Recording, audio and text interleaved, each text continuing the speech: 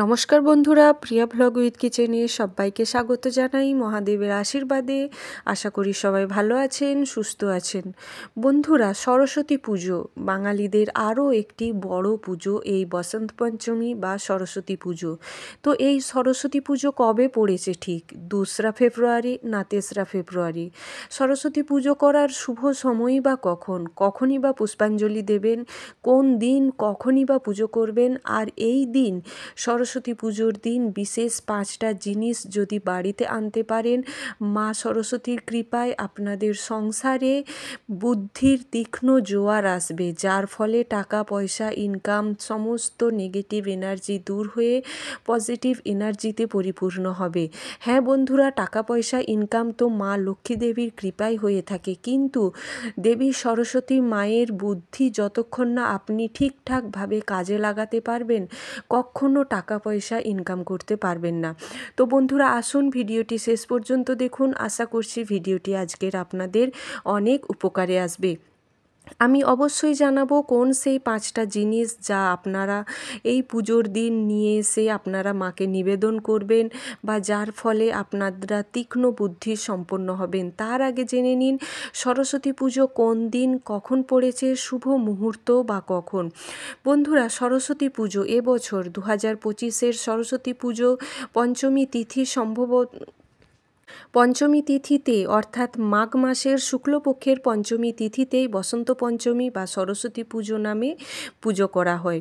তো এই তিথি কখন থেকে শুরু হয়েছে? এই তিথি 2025-এর 2রা ফেব্রুয়ারি রবিবার সকাল দুপুর 12টা থেকে 14 মিনিট থেকে শুরু হয়েছে, শেষ হচ্ছে 3রা ফেব্রুয়ারি সোমবার সকাল 9টা 59 মিনিটে। তো পুজো করার শুভ সময় বা শুভ দিন হলো সোমবার। যেহেতু সূর্যের উদয় তিথি আমরা পেয়ে থাকি সোমবার, সেই কারণে সোমবার 3রা ফেব্রুয়ারি হলো সরস্বতী পুজো করার দিন।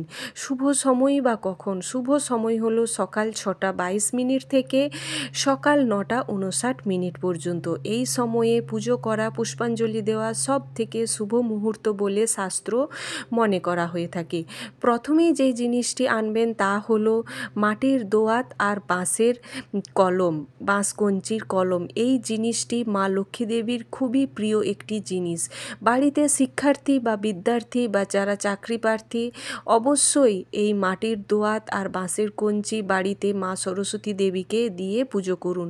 যদি বাড়িতে না পুজো করে থাকেন, বাড়িতে অন্ততপক্ষে কোনো মূর্তি এনে পুজো করলে তো খুবই ভালো, না হলে অন্তত সরস্বতী মায়ের ফটোর সামনে একটু মালা, ফুল, মিষ্টি, মিষ্টান্ন দিয়ে এই বিশেষ কয়েকটি সামগ্রী দিন।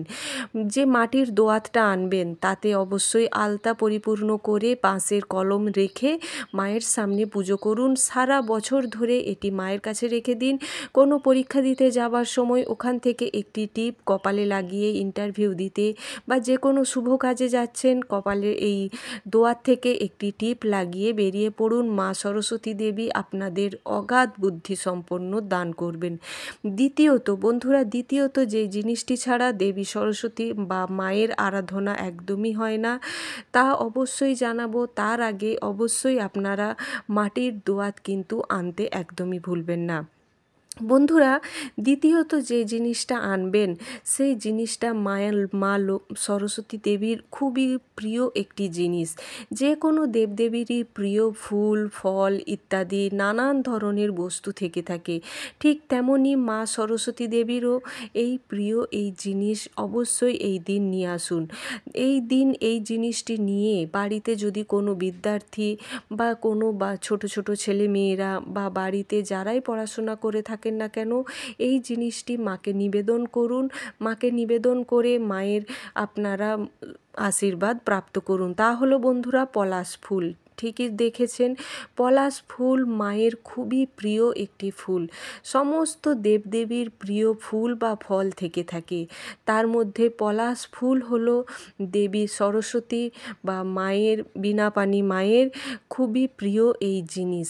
অবশ্যই এই দিন কিন্তু যদি পলাশ ফুল নাও পেয়ে থাকেন, হলুদ রঙের, কাঁচা হলুদ রঙের গাঁদা ফুলও মাকে দিয়ে পুজো করতে পারেন, বা হলুদ রঙের চন্দ্রমল্লিকা। এছাড়াও মায়ের সাদা রঙের চন্দ্রমল্লিকা বা যে কোনো সাদা ফুলও মায়ের খুবই পছন্দের। মায়ের প্রিয় ফুল দিয়ে মাকে পুজো করুন, মা আপনাদের পুজোয় অবশ্যই সন্তুষ্ট হবেন। আমি এর আগের ভিডিওতে জানিয়েছি মায়ের যে বীজ মন্ত্র, ছাত্রছাত্রীরা যেই মন্ত্র বলে মাকে সন্তুষ্ট করবেন, উচ্চশিক্ষা লাভ করতে পারবেন। আমি আবারও জানিয়ে দিচ্ছি বন্ধুরা, ছোট ছোট বাচ্চারা মায়ের অত বড় মন্ত্র উচ্চারণ করতে পারবেন না, তার জন্য একটি বীজ মন্ত্র রয়েছে। বীজ মন্ত্র অর্থাৎ যে বীজ হলো গাছ তৈরির একটি ফল, যেটি মাটিতে পুঁতলে তার থেকে গাছ বের হয়ে গাছ থেকে আমরা ফল ফুল পেয়ে থাকি। বীজ মন্ত্র হলো সেটাই, যা মন্ত্র জপ করা আর বড় মন্ত্র জপ করা সমান। তো মায়ের বীজ মন্ত্রটা হলো ওইং। ওইং হলো মায়ের বীজ মন্ত্র। এই মন্ত্র জপ করতে পারলেই ছোট ছোট বাচ্চা থেকে বড় সকলেই মায়ের কৃপা পেয়ে যাবেন।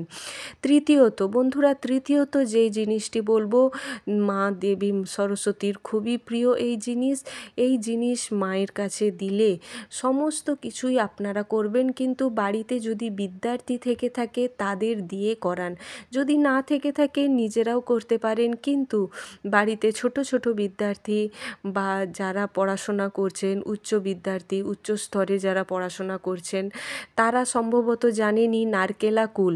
এই কুল পুজো বা মায়ের অঞ্জলি দেওয়ার আগে কেউ কখনো গ্রহণ করেন না। সরস্বতী পুজোয় মায়ের প্রিয় যে ফল তা হলো নারকেলা কুল। এই কুল মাকে নিবেদন করুন, মা অত্যন্ত প্রসন্ন হবেন। এছাড়াও হলুদ রঙের যে কোনো মিষ্টি বা সাদা রঙের যে কোনো মিষ্টি মায়ের অত্যন্ত প্রিয়। নারকেলা কুল এই দিন মাকে অর্পণ করেই তারপর ভোগ প্রসাদ গ্রহণ করে নারকেলা কুল খাওয়া হয়ে থাকে। এটা কিন্তু প্রাচীনকাল থেকেই এই রীতি হয়ে এসেছে। নারকেলা কুল মানেই আগে মা সরস্বতীকে নিবেদন করা, তারপর নিজেরা গ্রহণ করা। অবশ্যই এই পুজো পর্যন্ত প্রত্যেকটি বাঙালি বা হিন্দুরা অপেক্ষা করে থাকেন যে মা সরস্বতীকে কবে কুল ভোগ নিবেদন করবেন, তারপর এই কুল গ্রহণ করবেন। আবার অনেক অনেক বাড়িতে কুলের যে চাটনি করে, কিন্তু অনেক বাড়িতে দেখবেন যে পুজোর অর্থাৎ সরস্বতী পুজোর পরের দিন শীতল ষষ্ঠী যারা করে থাকেন এই নারকেলা কুল বা কুলের চাটনি দিয়ে এই দিন খাওয়া শুরু করেন। এরপর আসি চতুর্থ যেই জিনিসটা মায়ের অত্যন্ত প্রিয়। দেখুন বন্ধুরা, মা সরস্বতীর তো নানান জিনিস প্রিয়, তার মধ্যে থেকে মেন যে 5টা জিনিস প্রিয়, ফুল, বেলপাতা ইত্যাদি, মালা, নানান ধরনের জিনিস আনলেন, কিন্তু আমি মেন যে 5টা জিনিস ছাড়া মা সরস্বতীর পুজো হয় না, সেই 5টা জিনিসই আপনাদের কাছে তুলে ধরছি। চতুর্থ বন্ধুরা, চতুর্থ যেই জিনিসটি আনবেন, আমি প্রথমেই বলেছিলাম মাটির দোয়া, তার বাঁশকঞ্চির যে কলম। দ্বিতীয়ত বলেছি বন্ধুরা পলাশ ফুল, যেটি মায়ের অত্যন্ত প্রিয়। তৃতীয়ত নারকেলা কুল। চতুর্থ হলো ময়ূরের পালক। ময়ূরের পালক বা ময়ূর প্রত্যেকটি দেবদেবীরই প্রিয়। এই ময়ূরের ওপরেই কিন্তু দেবী নীল সরস্বতী বসে থাকেন। এই ময়ূরের পালক মাকে বা মা সরস্বতীকে এক গুচ্ছ যদি মায়ের পুজোর সামনে রাখেন বা মাকে দেন, তাহলে মা কিন্তু খুবই প্রসন্ন হন। পুজোর পরে মায়ের যখন বিসর্জন দেওয়া হয়, তারপর এই ময়ূরের পালক ছাত্রছাত্রীরা তাদের পড়ার টেবিলে বা বই খাতার ভেতরে যদি রাখে, যে বাচ্চারা পড়াশোনায় অমনোযোগী হয়ে থাকেন সেই বাচ্চারা পড়াশোনায় মনোযোগ আনতে পারে। কাজেই আপনাদের বিশেষভাবে খেয়াল রাখতে হবে ময়ূরের পালক আনা যেন কখনো মিস না হয়ে যায়। ময়ূরের পালক মাকে এনে দিন আর মায়ের অবশ্যই পুজো আরাধনা করুন। পঞ্চম যে জিনিসটি বলবো বন্ধুরা, তা হলো মাটির তৈরি ছোট্ট হাঁস, যেটা মা সরস্বতীর খুবই প্রিয়।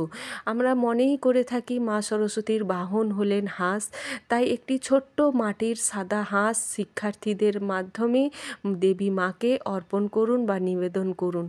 প্রত্যেক বছর এই হাঁস বা ফটো আপনারা রেখে দিন, সারা বছর ধরে মাকে পুজো করুন। আপনাদের তীক্ষ্ণ বুদ্ধি সম্পন্ন হবেন। যে সমস্ত বিদ্যার্থীরা পড়াশোনা করছেন তাদের শিক্ষায় উচ্চ স্তর লাভ করবে, অর্থাৎ ভালো ফলাফল পাবে। আর কি ভালো যে ফলাফল পাবে তা আপনারা কল্পনাও করতে পারবেন না। অবশ্যই বন্ধুরা, যে যার নিয়ম মতো যে যার পদ্ধতিতে পুজো করুন। অনেকে ঠাকুরমশাই দিয়ে না করে বাড়িতে নিজেরাই করেন। যে যেমনভাবে পুজো করেন না কেন, এই 5টি জিনিস বিশেষভাবে কিন্তু মেনে চলবেন।